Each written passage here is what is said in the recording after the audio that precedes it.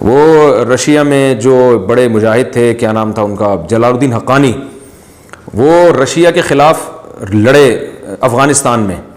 تو ایک عرب، سعودی عرب میں اس وقت ویڈیوز بہت جایا کرتی تھیں، تو جلال الدین حقانی جو تھے ان کی، وہ اس وقت جوان تھے بالکل، ان کی ویڈیو کسی عرب شہزادی نے دیکھی، ایک عرب تھا بہت بڑا، اس کی بیٹی نے دیکھی، بڑا یعنی رائل فیملی سے اس کا تعلق تھا.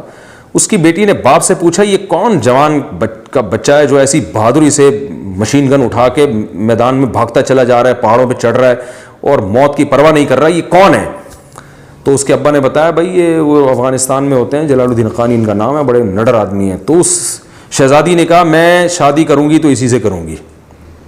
تو بعض خواتین جن کو جہاد کا شوق ہوتا ہے نا، اور تو وہ پھر کیا کرتی ہیں کہ بھئی ایسے آدمی سے نکاح کر لیا جائے. کیا آرمی جوائن کرنے کے لیے حجاب چھوڑ سکتے ہیں؟ میں عالمہ ہوں اور شرعی پردہ کرتی ہوں، اب میں آرمی جوائن کرنا چاہتی ہوں، کیا میں اس کے لیے پردہ چھوڑ سکتی ہوں یا میں پھر اپنی خواہش کو دبا دوں؟ دیکھیے، کوئی بھی کام اللہ کی نافرمانی کر کے وہ تو جائز نہیں ہے، چاہے آرمی جوائن کرنا ہو یا کوئی اور کام ہو، جو ناجائز ہے وہ تو ناجائز رہے گا. تو بے پردگی کی قطعاً اجازت نہیں ہے.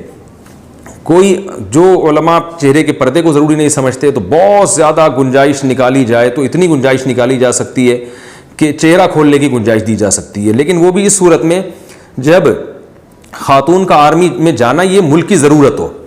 تو مرد الحمدللہ ہمارے ملک میں لڑنے کے لیے اتنی بڑی تعداد میں موجود ہیں کہ خواتین کی فوج بنانے کی ملک کو ضرورت نہیں ہے.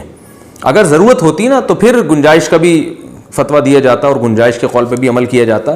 ماشاءاللہ لڑاکا مرد بہت ہیں، تو ہماری خواتین کو چاہیے انہی مردوں کو اپریشیٹ کیا کریں اور اپنے بیٹوں کو مجاہد بنائیں، مجاہد مرد سے شادی کریں.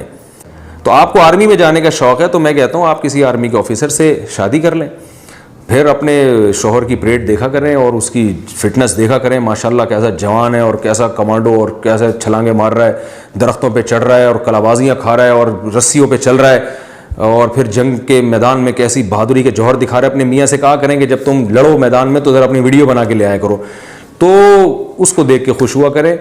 کیونکہ میرا جہاں تک خیال ہے کہ بے پردگی کی بہرحال عورت کو اجازت نہیں دی جا سکتی جب تک کہ آرمی میں کوئی ایسا سسٹم نہیں آتا کہ خواتین کو مکمل پردے کے ساتھ یعنی آرمی جوائن کرنے کا کوئی انتظام ہو. پردے سے مراد کم از کم اتنا تو ہونا کہ سر کے بال مکمل ڈھکے ہوئے ہوں، پورے بازو مکمل ڈھکے ہوئے ہوں.